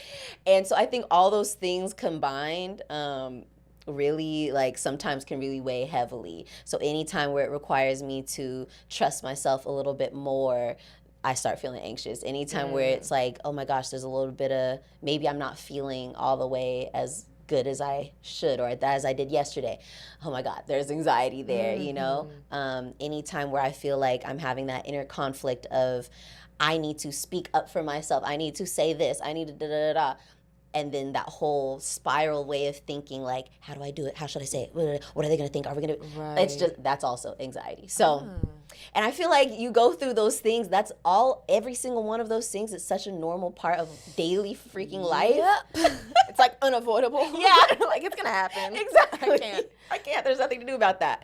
So, but thankfully I have, through therapy and yoga, like, which is so much like meditation and breathing and talking to God, I think that it's changed my life. Yeah. And so identifying those things, would you say it helped you to kind of better move through it? Yes. Yeah. Oh my God. Yes. I think like I knew the health thing very early on, like that was a thing, but everything else came through therapy. Like, I was able to identify all of that within and I only started therapy in 2020. So over the last 4 years, I've been able to really identify those things and come to terms with a lot of them still figuring out the ways that other things present themselves. Yeah. But so far, that's what I got. And yeah, it's absolutely helped me being able to pinpoint it. That's good. That's good. So moving straight to another emotion. I know I spoke a little bit earlier, but anger. I don't think I've seen you genuinely just angry. Like, what the rah? I've never seen that, right? And I know, like you said, the Aries fire, it's there. It's there. So I'm like, even in the times that I have seen you, like I said, like, this is unacceptable. You handle it very well. Yeah. It's always something that I'm like, okay, take note. This is unacceptable. not you got me fucked up or what the hell is going on. No, this is unacceptable. Yeah. Let me say that next time I deal with that. But what is that emotion like for you, like in your body? And how comfortable are you with your anger? Oh my God. Yeah, it's I'm still learning, to be honest with you. I'm still figuring that out, because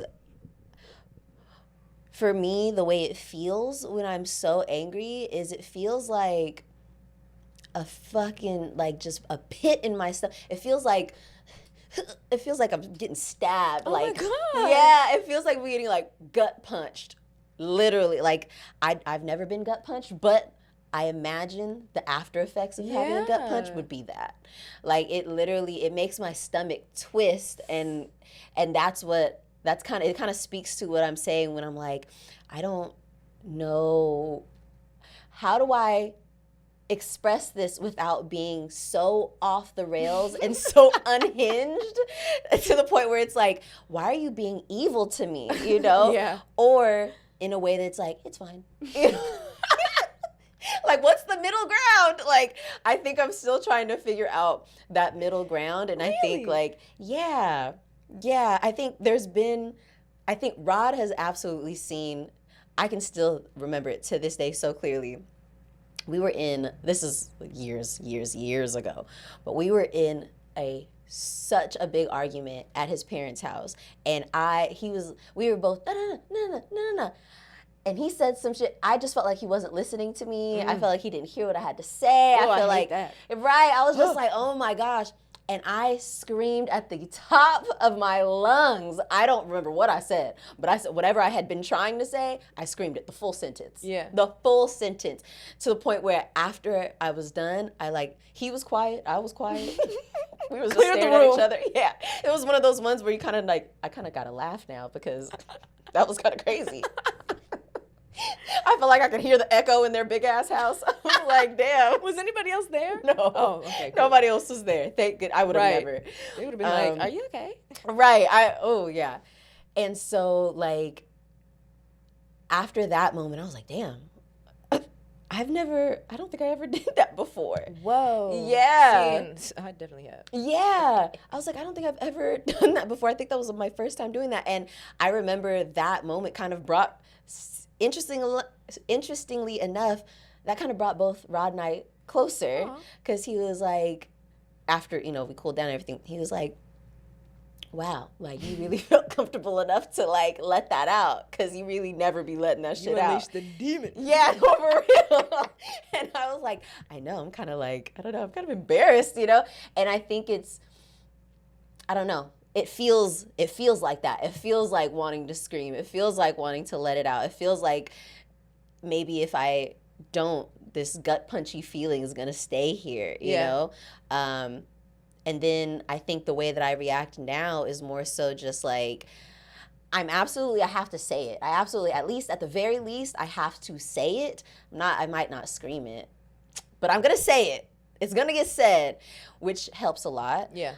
With the feeling. But I feel like now it's got to get out of my body somehow. So I have to move, I have to move. Maybe I go on a nice long walk. Maybe I go and like spend a week getting my ass absolutely kicked in like hot Pilates or something. Oh my God, I know. Hot power Pilates. I got to sweat it out, in a hot room with stanky ass people. Like, I don't know. It has to come out some way. So thankfully now I figured out a way to get it out.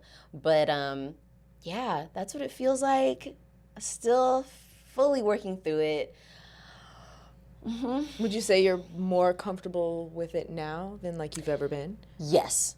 Oh, that's yes, 100% more comfortable with it now. I think before, if it came out, it might have come out a lot more.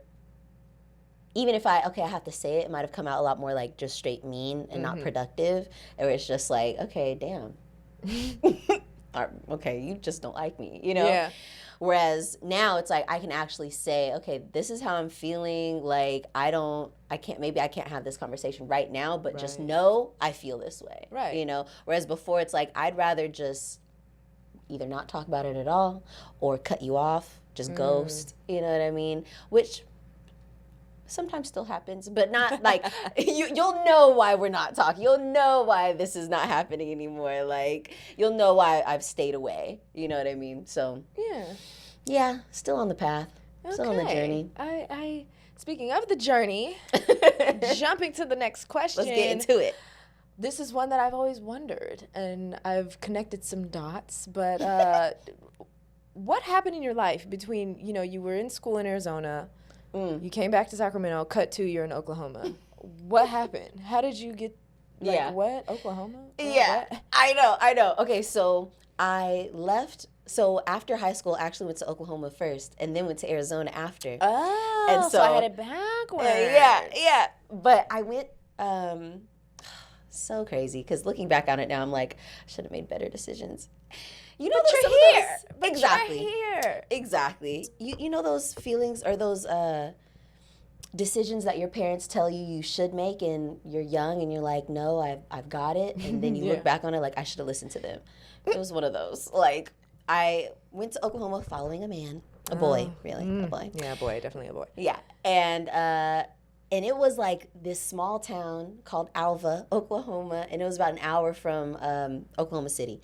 And I was there for half a year, for 2 semesters. Yeah, I was there for 2 semesters. And long enough to stay for winter and go back, or to come home for winter break and then come back. But yeah, it was, that was really interesting. That was like a weird side quest of my life. Definitely. I feel like that was like a way that you would have splintered into another universe. Yes. It's like, Oklahoma, Taylor, what? Yeah. God was like, back to the West Coast you go. Absolutely. And I was, my major was kinesiology. Because I was like, I want to be a physical therapist for athletes. Okay, you're kind of still on the body healing hype, so it's still in the realm. Yeah, in the realm somewhere. Yeah. So that's what I was studying while I was there, and the guy I was with, he was doing football. He was playing football out there, and it was crazy. Like, it was just, it was cool. It was a small town. It was whatever. I just remember surviving off of fucking Sonic, because they had a Sonic out there. Why did I think Sonic the Hedgehog? I was like, you was watching that? Okay, no. So Sonic, tater tots and slushies. Girl, yes, Sonic. I worked at a pizza spot called Gambino's. Shout out Gambino's. I love that little spot. That's where I learned any country song that I've ever known. I learned it there at that pizza spot. I saw so many really cool lightning storms. I experienced locusts for the first time ever in my life, which was crazy. Then after, both me and him, we did not want to stay there. And so we were like, all right, we need to make our plan to get away. But he was slacking. So I was like, I got my plan to go. So back to Cali. Yeah, back to Cali. And so he was like, well, I think I'm going to do the military. And so I was like, all right. So while he went and did the military, I made a mid-year transfer over to Arizona State. And yes. So you went from Oklahoma to Arizona. Yeah. Okay. Mm-hmm. So the reason why I did ASU was because they were like the only school that was close to California that you could do like mid-year transfer. Like their admissions are open anytime. Thing, yeah. Mm-hmm. Everything else you had to wait until the first year is over. You know, I'm not waiting. I'm waiting. Get out of here. Gotta go now. And so I had a few friends that were already there. So it was kind of like, oh, I got some homegirls there. Easy peasy. My mom helped me move, and I stayed in the dorms. And Did you had drive? this. Or you No, flew? we took the plane. Yep. Okay. We flew. And I was what like, about your stuff? We got all new stuff. We went to the Target out there. She said fresh start. I love that. Start. I'm ready for that for me. I brought like 2 big suitcases of clothes, and then as far as everything else, me and my mom did a big haul at the Target, and it was really cool. Yeah, so that was really, really dope. And my roommate was trash. She was in Arizona? Yeah. Oh, that's right, because your man gone. Yeah, she was this girl from Long Island. And interesting. Yeah, she was whack. Anyway, she was so boring, like such a wet blanket. I was like, man, I wish I had the roommates who were next to us, because it was us 2, and then we had a joined bathroom, and then 2 girls on the other side. Nice. The 2 girls on the other side were always lit as hell, and I was like, they were my roommate. My roommate was all like, I would be watching something on my laptop, like going to sleep, and she'd be like, can you please turn your laptop off, or like turn it all the way away? And our beds were like perpendicular to each other, or parallel with each other, and so it's like if I'm facing this way and she's looking at me, she could see the light off of my laptop. It's like, just turn your back. Right? I'm like, damn, girl. Like that's, anyways. See, and that's me. I would have been like, no. Yeah. So that's pretty much like what happened there. Go to sleep. Yeah, go to sleep. The reason I ended up leaving Arizona State was because my auntie lived in Arizona, so I was able to use her address for to get a discount rate, right, or in-state rate. But they ended up calling me down to the financial aid office like, yeah, your auntie, or this address, they didn't know it was my auntie, but they're like, this address, you haven't been here for 5 years. So we're going to have to renege on the in-state discount. And if you can't come up with the full funds by the end of the year, then you'll have to wait. We won't release your transcripts to go to any other school, like, until you pay this off. Or you can leave and take a withdrawal on all your classes, and it'll be no harm, no foul. So I did that and went back home. Thwarted. Yep.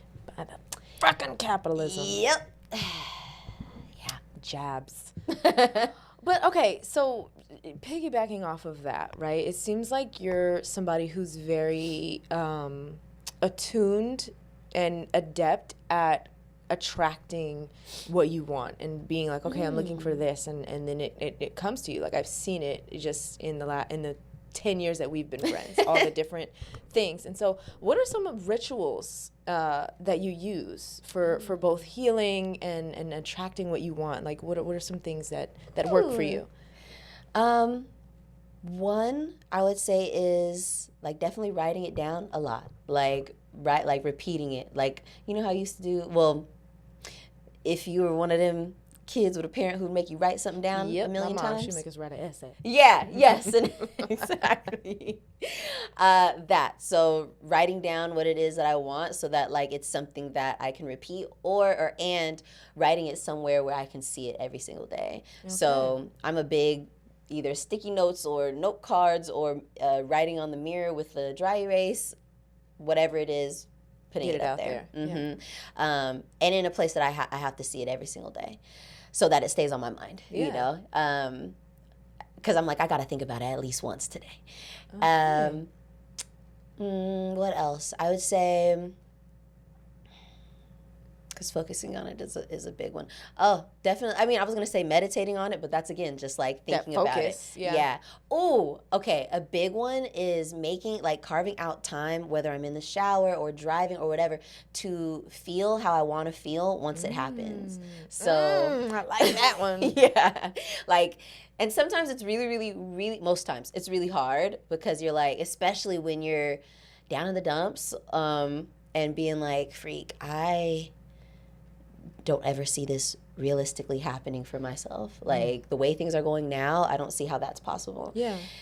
I feel like those are the moments where like I lock in the most. Like, all right, just feel how you need to feel. Feel how it would feel once you got that call, once you got that check, once you get that email, once you get that confirmation of whatever it is that is going to happen, or once you're really fully in your element, doing what you want to be doing, or getting what you want to be getting. How would you feel? Yeah. Excited, like, of course, happy, like, you know.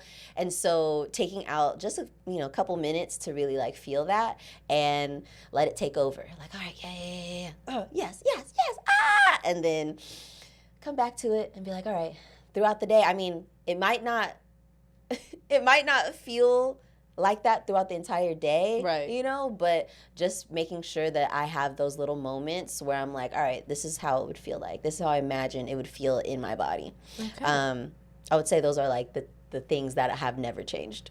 Okay. I like that. I like that. Good jewels for the listeners and for me. I'm definitely going to try that one. Yeah. Another one that I want to ask is you're also very good at sharing consistently online, and what I've noticed about your presence is you're very, like, you walk the line of like, oh, I'm sharing what I'm doing and who I am, but I'm also maintaining that privacy that I want to have, because you're not somebody who, you know, blasts all your stuff. Like, you don't do that, but you also are very consistent, and you do kind of show yourself on there and show who you are and your personality. So, question from somebody who struggles with that for sure, of just being like, okay, when I start to share too much, it feels like it's too much and I don't like it. And then when I completely pull back, it's like, okay, now you went to one extreme, now you're not sharing, now you ain't saying nothing. Yeah. So it's like, what tips do you have for kind of maintaining that balance? Ooh, wow, that's... Well, first, thank you. Yeah. Thank you. I feel like you've been giving me so much love. Like, I really appreciate that. Absolutely, girl. I'm trying to get like you. No.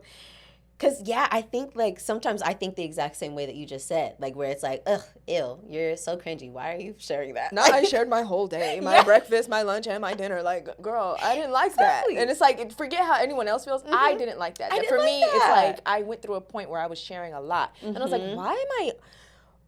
And it's like something would happen. I was like, I have to post this. No, you don't. Yeah. Stop. You Chill. don't have to post it. Just go to bed. Right. Have a little mystery, damn. Okay, Like, shit. Live. Yeah, exactly.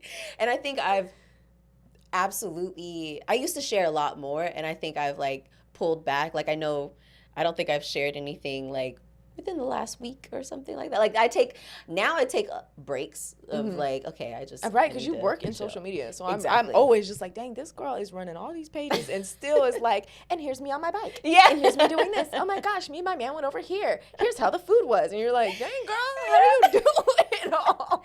You know, I think what helps, or the way that I've been able to get balance in, is more recappy. You know what I mean? So taking some pictures or some little videos in the moment that I probably would already take anyways for my own memories.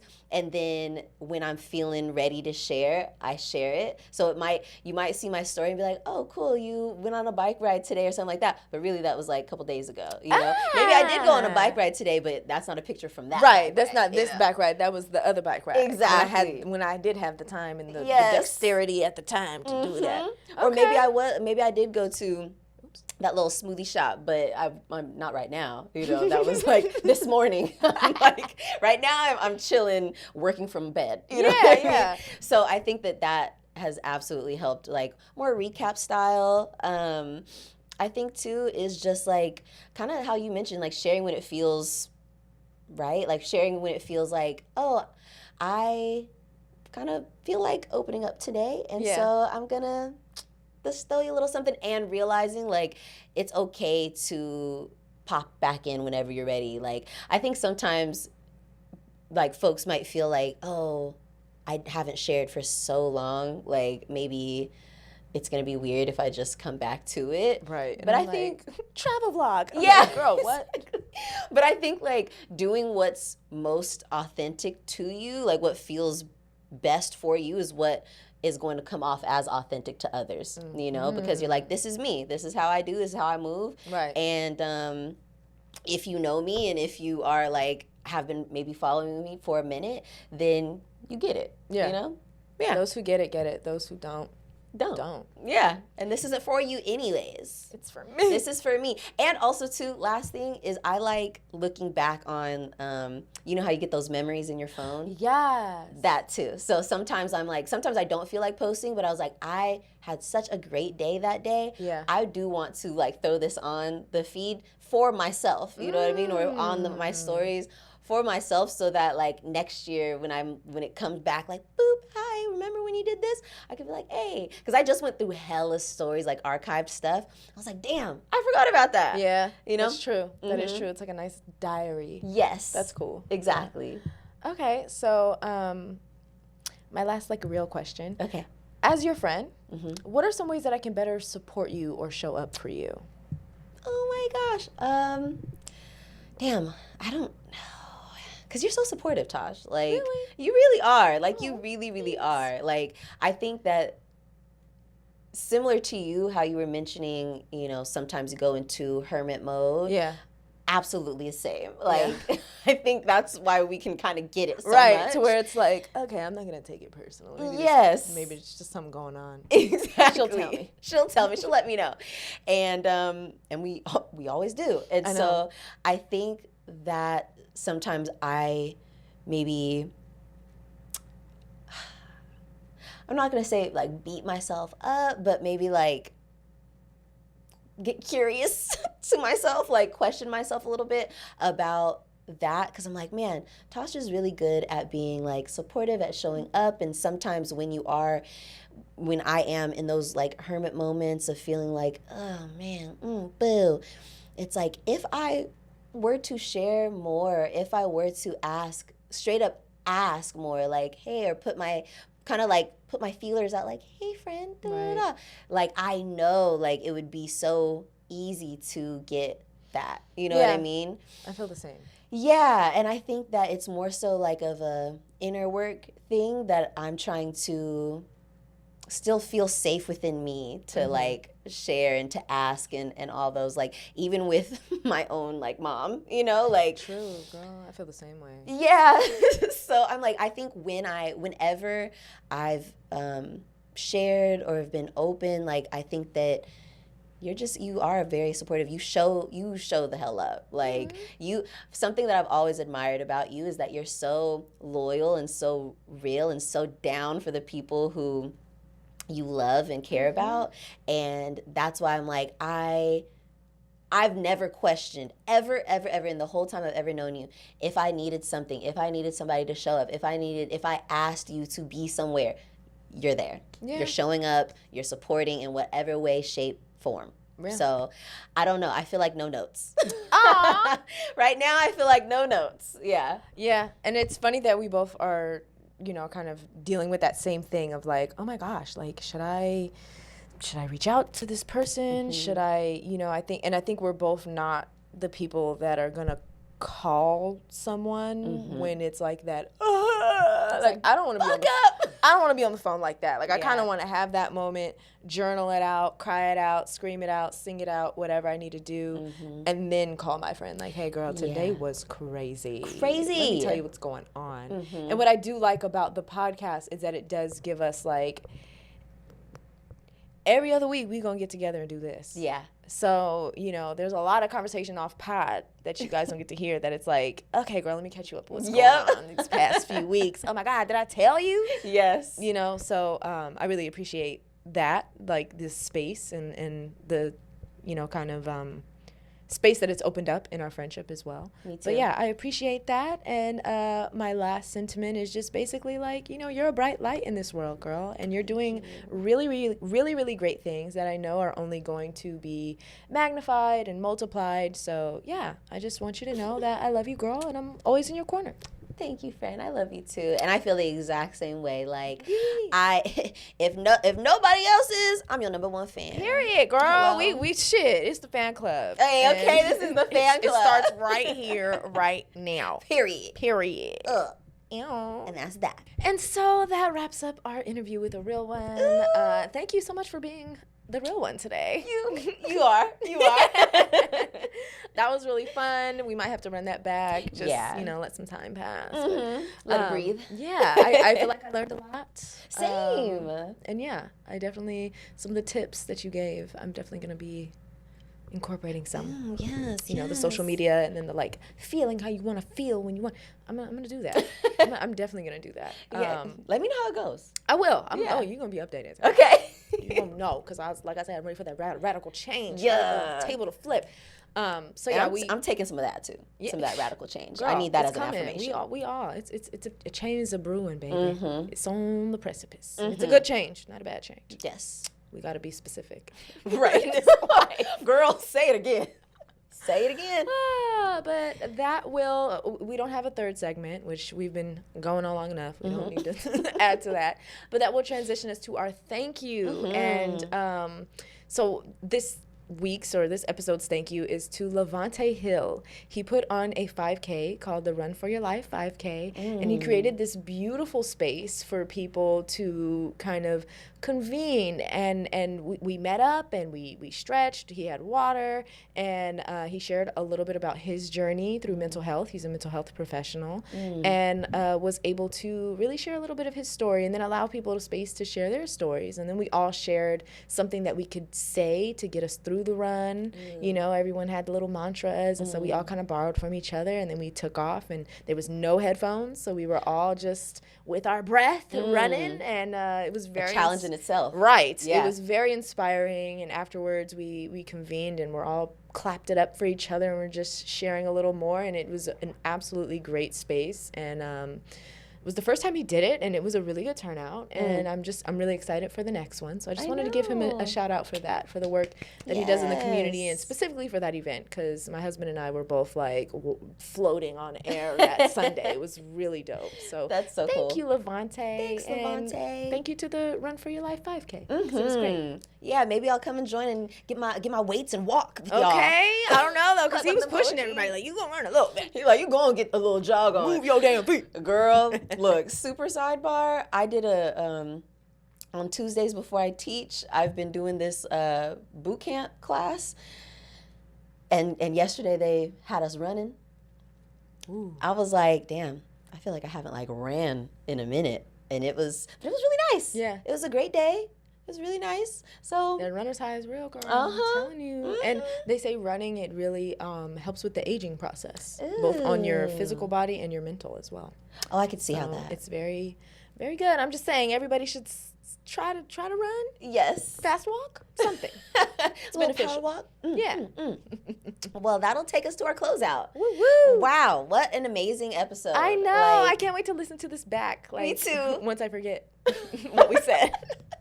Learn more about my friend. But stay connected with us. If you didn't get enough connection with us today, you can find us at howtobereal on Instagram and TikTok. I'm at justsay_tay. And I am at the Tasha B. Yes, and if you would like to hear some advice from us, send over some listener letters. If you want to just provide some feedback or just say hey, you can email us heyhowtobereal@gmail.com. Yep. We love those kinds of things, so send a message on down. Yep. And also, as always, leave us a comment, a rate, a review on Apple Podcasts or on Spotify, because we are on both. Or YouTube, because we there too. Yes. And it really helps us reach new audiences and keep this thing going, keep this audience, this community building. Yes. So please do that. And you can find all this information in the show notes of our episode. So don't say we didn't tell you where to find it. We make it easy on you. We do. And as always, we are not therapists. We just have them. And today's random reel is on Tasha B. Yes. Okay. My random reel today is just a gentle reminder that if somebody wants to have an uncomfortable conversation with you about something that maybe you might think, oh, this is confrontational. Oh my God, this makes me uncomfortable. It doesn't mean that they don't like you. It doesn't mean that they secretly hate you. It actually means that they love you and they value your relationship and want to be closer to you. Wow. So keep that in mind the next time a weird conversation comes up or somebody's sharing some big emotions even. Understand that. Honor that space. And if you also value that relationship, choose to see it that way and step closer instead of stepping away. Wow. That's beautiful. I needed that. Yeah, I think we all did. All right. And with that, stay real.